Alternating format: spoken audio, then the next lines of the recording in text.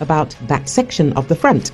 How this issue will be resolved, whether by sending additional forces and means to Akkam jirtu kabajamtoota hordoftoota miidiyaa JSS Afaan Oromoo bifannoo waqtaawoo yeroo kanaaf isin madaaluu danda'u jennee yaadne qabannee dhihaannee jirra.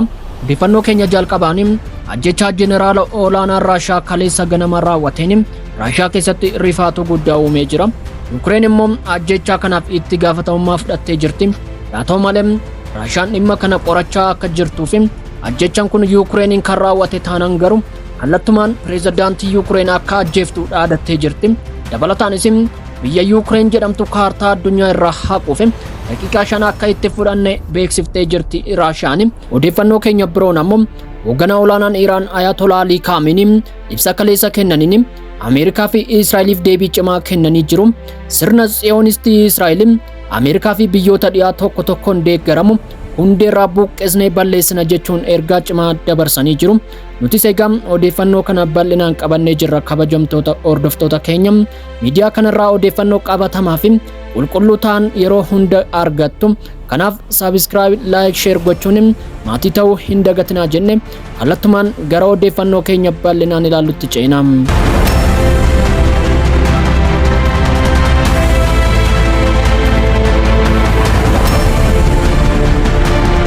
Yuukireen fanjii ishee balleessurra dhaabbatte jedhame sarara diimaan Raashaan keessa biras maal fiddaadhaan darbite deebiin Raashaan kennituuf tilmaamuun nama rakkisa.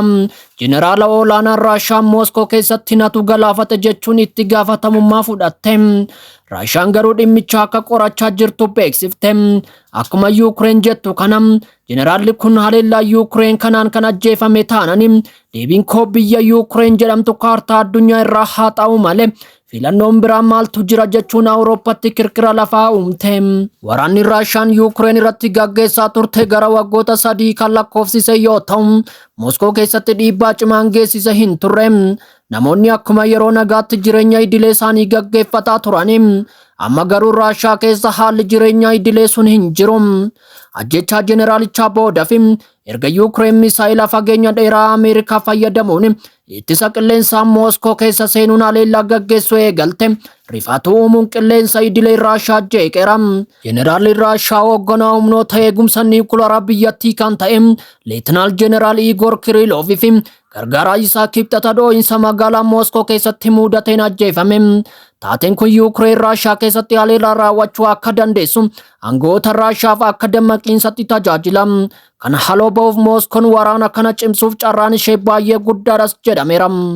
Waa'ee waraanaa fagootti yoo dhagahanii fi oduu irratti waa'ee san arguun waan akka malee fagoo ta'ee sitti dhagahama. Garuu yoo sitti dhiyaatu fi yeroo ta'e argitu raawwatamu guutumatti addaa fi sodaachisaadha. Kan jettu jiraattu magaalaa Mooskoo Liisan jedhamtu isheen gamoo naannawa bakka dhoo'insi Jeneraal Kirillov itti ajjeese jiraatti. Haga ammaatti waraana akka malee fagootti dhageenya turre. Amma kunoo nama nu jala ajjeesuu jalqabeera.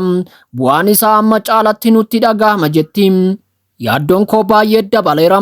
Sagaleen nageessu hundi sirrifaasisa. Diroonii moo sagalee bakka ijaarsatii dhagahamu jettee dhiphatta. Ilaalchi waraana Raashaa Yuukireen keessatti gaggeessitu jiraattonni karaa miidiyaalee arganii fi qabatamaan argan miira adda addaa akka qabus dubbatu.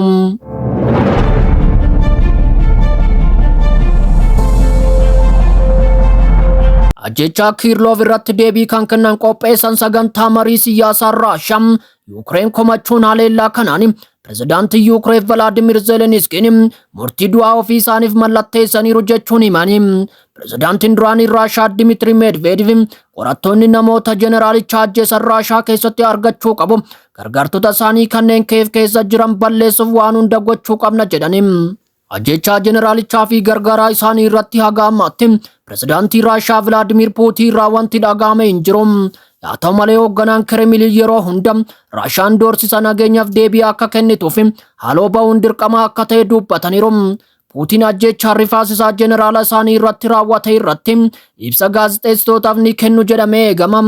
Akkasumas waraana Yuukireen waliin waggaa 3tti dhiyaachaa jiruu fi itti jiran irratti kallattii kaa'u jedhamee eegama.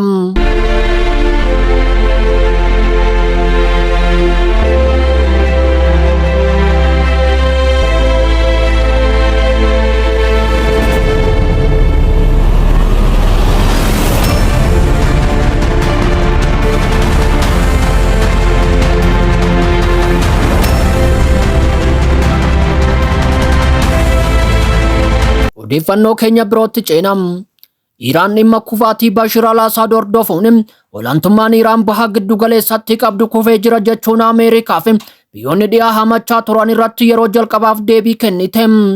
Hoogganaa olaanaan Iraan kibxata kaleessaa akka jedhanitti Israa'elii fi Ameerikaan gareewwan diddaa Teheraan deeggaramu nama cimaa yeroo dheeraaf Sooriyaa bulchaa ture aangoo irraa ari'amuu hordofe kufee jira jedhanii tilmaamu.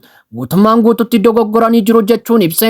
Weeraraa fi yakka sirni Tsiyonistii Sooriyaa keessatti raawwachaa jiruu fi yakka Ameerikaan raawwachaa jirtuun akkasumas gargaarsa warri tokko tokko isaaniif kennaa jiraniin diddaan sun akka xumurame itti fakkaata jechuun Alii Kaaminiin haasaa televezyiiniin kennaniin dubbataniiru.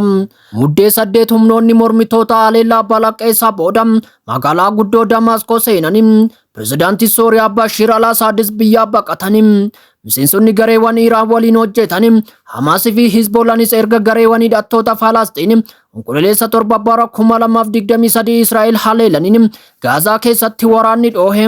Boodarraa immoo Libaanos keessatti waraana Israa'el waliin jalqabeen kasaaraa guddaan irra gahe. Erga al-Assad kufee as Iraan hoogganaa aangoo irraa bu'e kana irraa of fageessuuf yaaltee turte. Kana mannaa seenaa michummaa biyyoota lamaan jidduu jiru cimsitee jirti. Alii Kaaminiin al-Assad kuffisuun Iraan akka hin laaffisne cimsee dubbateera. Sirni Tsiyonistii humnoota Hizbollaa karaa Sooriyaa marsee dhabamsiisuu akka danda'u tilmaama. Garuu kan hundeedhaan buqqa'ee badu Israa'elidha.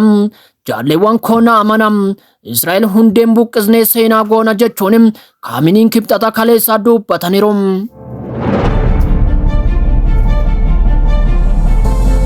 Egaa kabajamtoota hordoftoota keenya odeeffannoon yeroo kanaaf qabanne kanuma. Odeeffannoo biroo qabanne haga walitti deebinutti bakka jirtan hundatti hamtuun isin hin argin jennee asumaan nagaadhaan mannam.